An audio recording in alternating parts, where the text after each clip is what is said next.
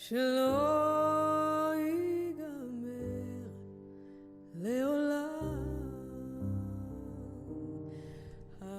That's the voice of Canadian performer Sophie Millman from a few years ago, singing the iconic poem Eli, Eli, originally written over 80 years ago by Hannah Senesh. It's often recited throughout Israel and in the Jewish world, especially for Holocaust remembrance ceremonies. Like Anne Frank, Hannah Senesh also kept a diary, beginning when she was a teenager, growing up in Hungary before the Second World War. She worked on her poems, and she wrote about her emotional journey as she grew up in an assimilated upbringing in Budapest, then realizing that the antisemitism at home meant there was no future for Jews like her except in Israel. So she left as an 18-year-old in 1939 and made the risky escape from British patrols to arrive at a Canadian-sponsored agricultural school called Nachalal. She became one of the young farm pioneers before the Jewish state was founded.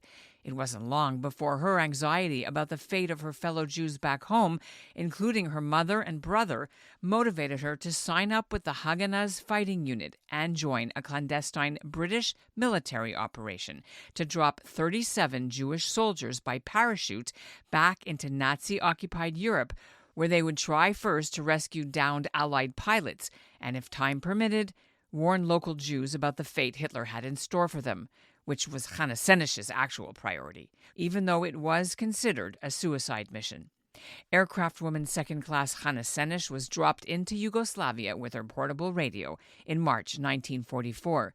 She fought for a time with the local partisans, and then in June, just days after the Nazis occupied Hungary, she proceeded, against everybody's advice, to cross the border anyway, desperate to warn her countrymen they were about to be deported to the gas chambers.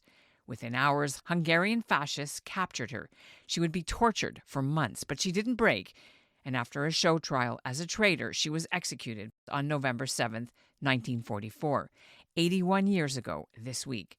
Hannah Senesh's story has fascinated Calgary journalist and author Douglas Century ever since he first heard about her as a martyr when he was a young boy attending Hebrew school.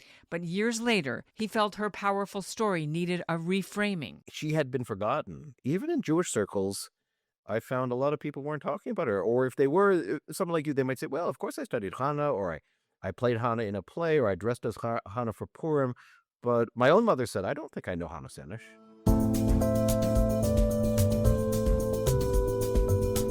I'm Ellen Besner, and this is what Jewish Canada sounds like for Monday, November 3rd, 2025.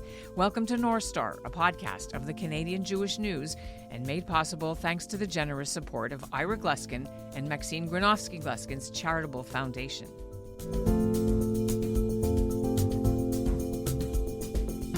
Douglas Century's new book about Hannah Senesh is titled Crash of the Heavens, the only military mission to rescue Europe's Jews during World War II.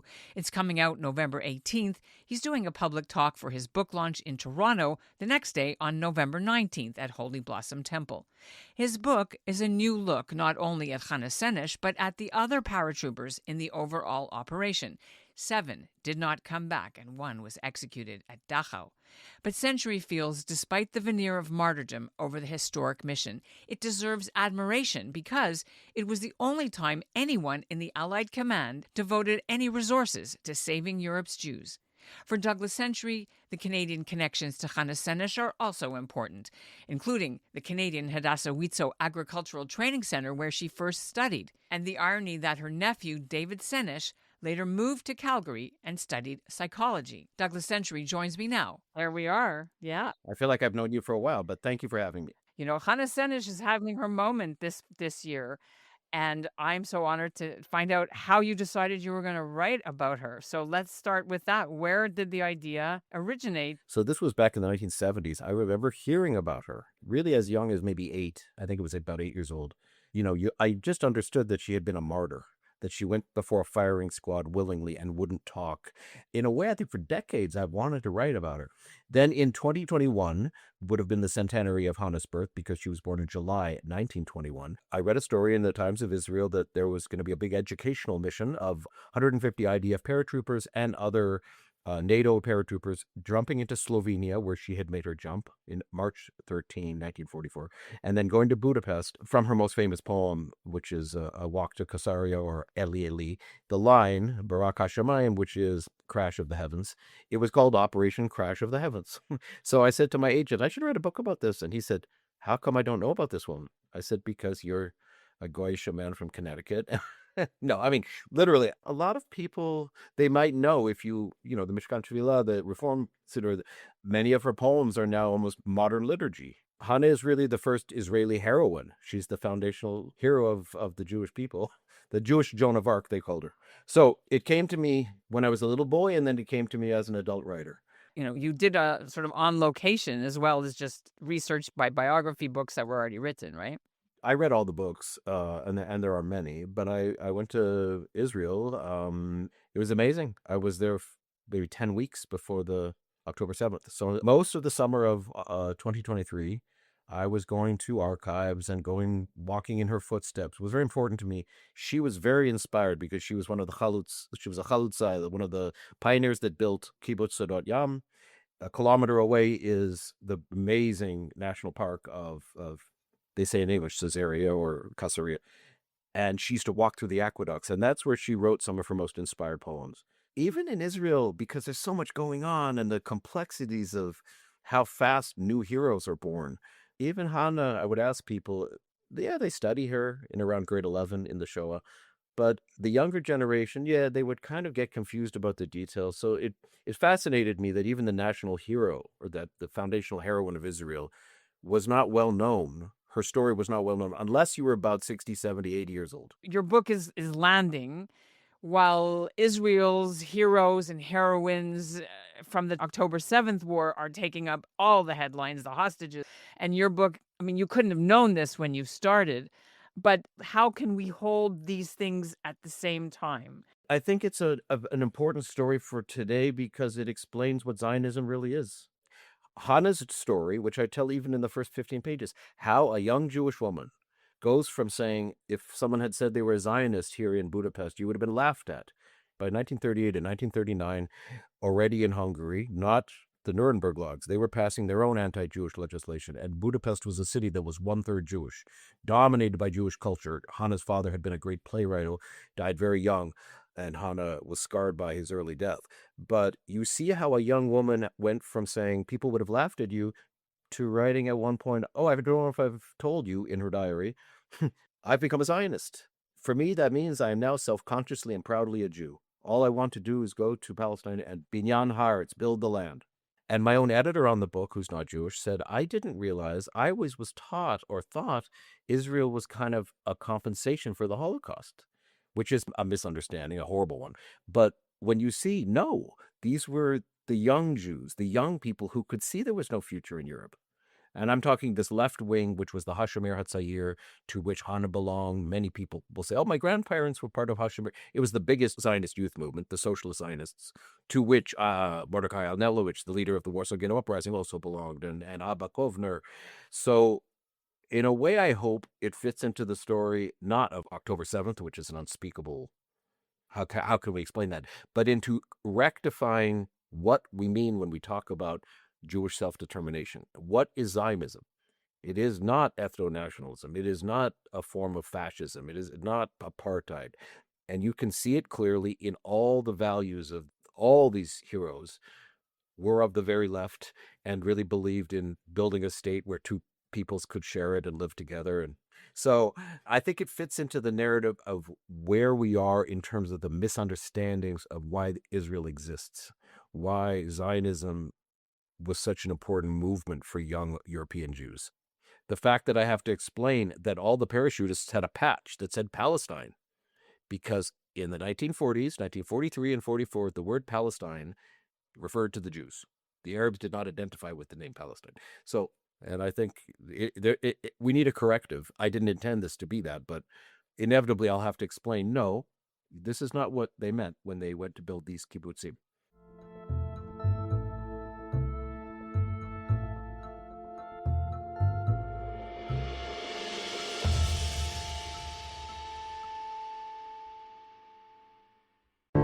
Ever since October 7th, 2023, Muslim and Jewish communities in Canada have been torn apart.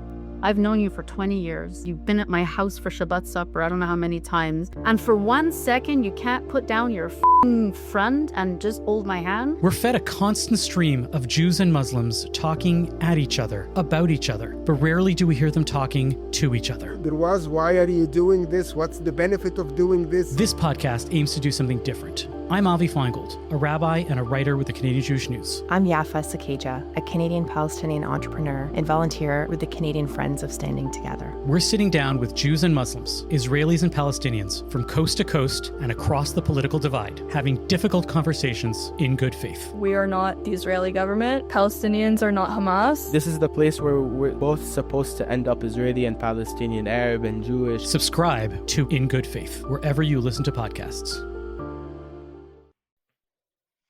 I want to talk to you a bit about some of the myths, maybe. I guess when we learned them, we're of a certain age, and we learned as well that it was a suicide mission. After reading this book, they are not the failure, but they are the bravest people that I have read about in a long time. And I'm wondering, you consciously chose to flip the narrative a bit, where they were liberating people and saving people and rescuing people.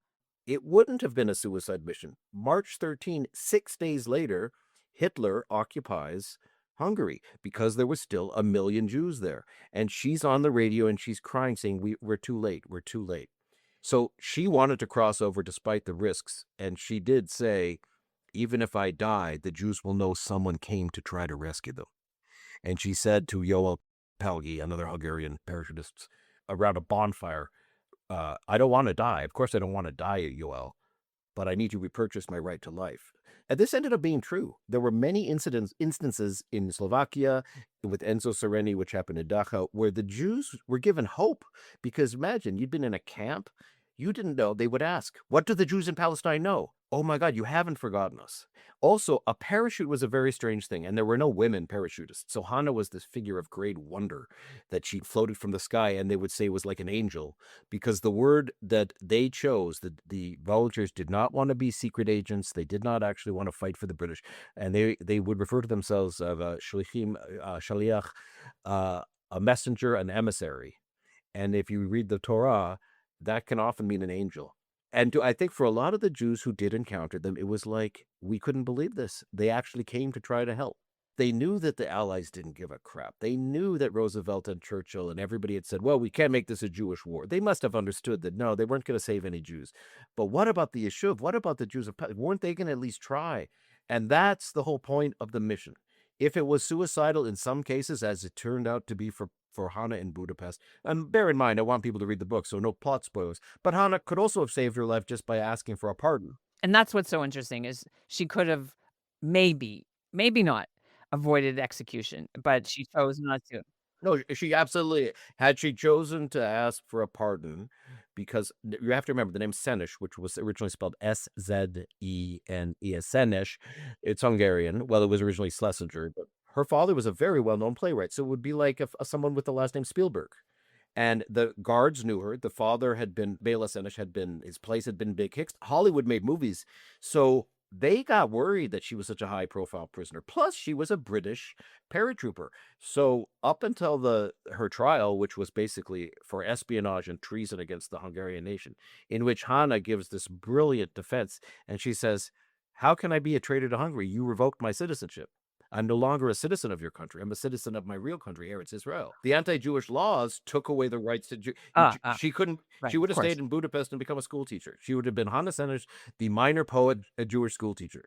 But the quota came down to 1%. Then Jews couldn't own property. Jews couldn't have telephones. And so she's basically saying, de facto, you made Jews non-citizens. So I went to build my real country. I realized I had no home here as a Jew. There was no place for me as a Jewish person in your country. The judges, it was a military tribunal, sat on the sentence for days and days and days, and they did not want to impose it. And then the prosecutor, who was a guy named Simon, he personally ordered her. He said, ask for a clemency and we won't shoot you. And she probably would have done 10 or 20 years. But he said in a 1984 interview that we were getting scared because the Red Army was on the border, and the Americans had been dropping leaflets about the war crimes. Stop the trains to Auschwitz. That was all known. And he said we were getting afraid the judges didn't want to act, but she made us so mad with her Jewish pride. Imagine, she was actually proud of being a Jew. But I don't think she wanted to be Joan of Arc, and I don't think she wanted to be.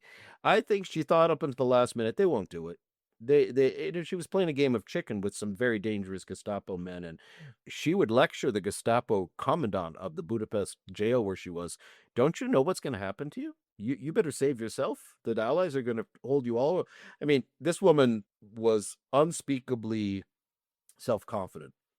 In fact, to the point where people thought they wouldn't be able to work with her. Many of the parachutists said, this woman is so headstrong.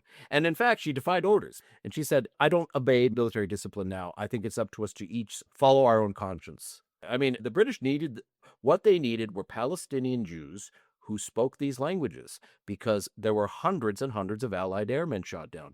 And they had more planes rolling off from our Canadian factories, from American factories, more bombers and planes than they had pilots. The real commander of the mission, Colonel Tony Simmons, said if they just rescued one pilot, it would have made the cost of the mission in terms of the calculation of training and the pound sterling.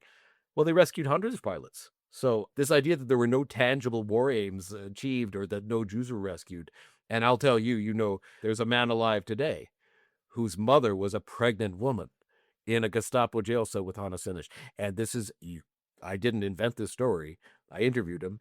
But the boy who's only alive today because of Hannah Senesh. One of the things I thought I should do, though, is also update. New poems have been found. I was going to ask you. So, she died she was killed, executed in 1944.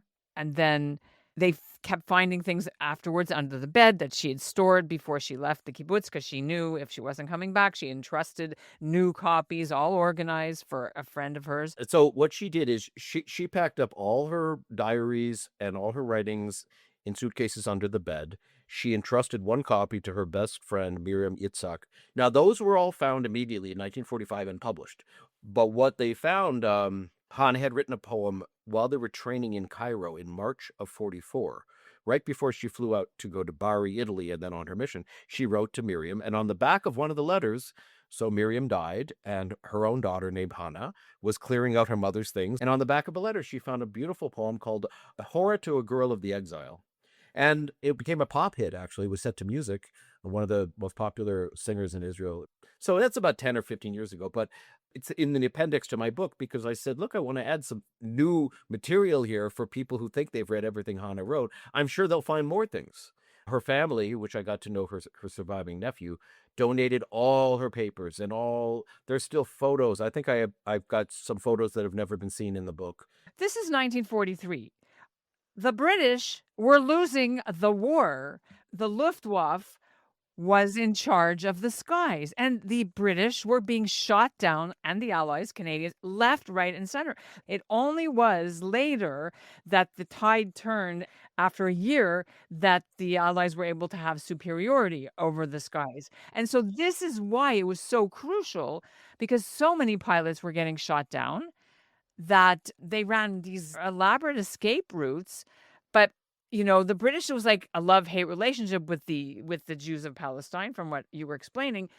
But I want you to explain to me about this British officer who was like their protector. So, I mean, Tony Simmons was a member of a very well-known Berkshire, long-standing, one of those families, 5 generations are in the Royal Artillery. But he had been stationed in Palestine. He was very sympathetic to the Jewish cause. One of the stories he tells. Now, you can see his photo in my book, just a very upper crust British guy. But unlike a lot of the Brits, he really wasn't anti-Semitic. He said something also very funny. They were trying to train Brits to go behind the lines in the Balkans. Can you imagine, speaking Serbo-Croatian, speaking Bulgarian, speaking Hungarian. And he goes, it's very hard to find an Englishman who can plausibly pass. And then he started to realize, he goes to actually his boss, Dudley Clark, who was the actual head of A-Force of MI9.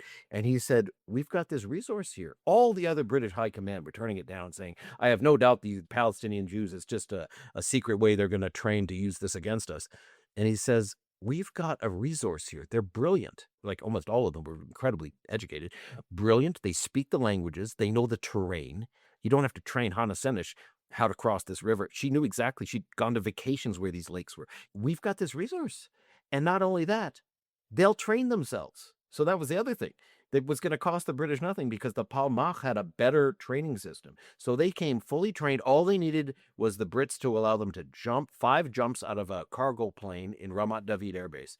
And the only agreement they had to make is that their first priority was to rescue Allied airmen and escaped POWs who are wandering around lost, which they needed rescuers. And Hannah was very careful when she was being screened to say, after that, we are allowed to foment rebellion and rescue Jews. But there was no doubt in my mind, Hannah's only reason to go. I mean, they did. They saved Allied airmen. This idea that they didn't kill any Nazis. I'm sure Hannah personally shot Germans because they were in firefights together. But we just kind of ignored this part of her story. Everybody had their own ulterior motives. And honestly, especially in Romania, they were very good. They got hundreds and hundreds of guys back to the lines. And Tony Simmons later said to the Romanian team, "You were fair fellows. You could have cheated me and just done your own part of the mission." Earlier in our conversation, you alluded to a Canadian tie. That was an agricultural school that the Canadian Hadassah women ran, paid for, set up in a Nachalal thing in Israel. And she was there. It was a very pioneering, literally, school in Nahalal. The woman was Hannah Meisel, was a legendary Zionist, agronomist, feminist. They set it up in the 1920s with the idea that we need to have, this wasn't simple farming. It was understanding Mendelian genetics of horticulture. So Hannah, it's an amazing letter that I could, you could reprint it. She's writing in English, "Dear Canadian Hadassah, I am sorry for my delay." She barely got out in September of 1939. It was very, very close to the beginning of the war. She was on the ship on her way when the war broke out. But without Canadian Hadassah, Hannah wouldn't have got out. We wouldn't have the story. She would have been another victim of the Shoah, which she could have been. She became the first Jewish heroine of almost the pre-IDF. When you started, you told me this was like your childhood, learning about Hannah Senesh in school, as I did too. Now that you've learned about her, why do you think she could be something that's taught in Jewish schools in a different way? And how do you see that with your book? She was an idealist. They all were. But she wasn't a religious Jew. I mean, she was sort of like many of us. I mean, she believed in something, and she absolutely valued the Jewish culture. She actually believed, I think she would have believed in building a land where idealistically we're all going to thrive. As we do better, you're going to do better. So it's a very good example for people who maybe, I don't want to say on the fence, but like me, I don't know that I was as pro-Israel and pro-Zionist before October 7th. I think it made a lot of people feel a lot more proud and aware of the need for the Jewish state. And Hannah writes beautifully, what are the fundamentals of Zionism? He basically says it could be spelled out in the most simple terms. In the words of Nachum Sokolov, Zionism is the movement of the Jewish people for its spiritual rebirth. So I think she could be looked at for people who say, well, I don't relate to the right-wing Zionists, and I don't really relate to the religious movement. But Hannah represents something that's sort of almost the best aspects of our culture, meaning she came from a family that really believed in the humanistic values and in the goals of Zionism, in the sense that we just need a place for self-determination to be safe. We just want what we can build with our own hands. And if all that does is show some young Jewish girls that maybe they don't have to feel, especially on campuses today, whereas you've been writing and you know very well, Jewish kids are terrified to be open about what they feel because they're being bullied. So I would hope that this might re-educate some people into what it meant to be a young, idealistic Zionist person. I would also tell aspiring writers, as you're a writer, don't worry about grammar and spelling, how to make spelling mistakes. Just worry about connecting your emotions to some form of communication. That's what made her a great poet. Her Hebrew is very basic. If you look at Hannah Senesh, she spelled the word olam with an aleph instead of an ayin, which is a very basic spelling mistake. But it's still one of the most famous poems in modern Hebrew. Your daughter is 23. She's the same as Hannah. Yeah, that's one of the reasons I wrote the book too. So you're a mother. In your mind, you never know why you're writing a book. Maybe I wrote this book for my daughter. I don't. I dedicated it to my mom and my daughter because, let's be honest, Jewish women have been in the forefront of feminism. In the Palmach, a third of the commanders were Jewish women. The frontline troops were women. So there's something egalitarian and great about that. Again, we have to remind that too was Zionism, As a diarist, as a poet, she covers what's going on in the buildup. She's writing about what's going on in Europe and also just her own struggles to come to sense with her Jewishness and her beauty or her lack of beauty. She felt she was kind of average looking. I don't put it in my book, actually, but in the wonderful documentary, Blessed is the Match, which was by Roberta Grossman, Reuven Daphne is one of the main interviews. And he said, I don't want to spoil the image of our Jeanne d'Arc, but I didn't like her. I admired her, but it's because she was just so headstrong and difficult. She was always arguing. She thought she could argue with anybody. Today they'd call her bossy, which is unfortunate. I think she just always thought she was right. And she also had extremely demanding standards. Good for her. Yeah, good for her. That's what I say.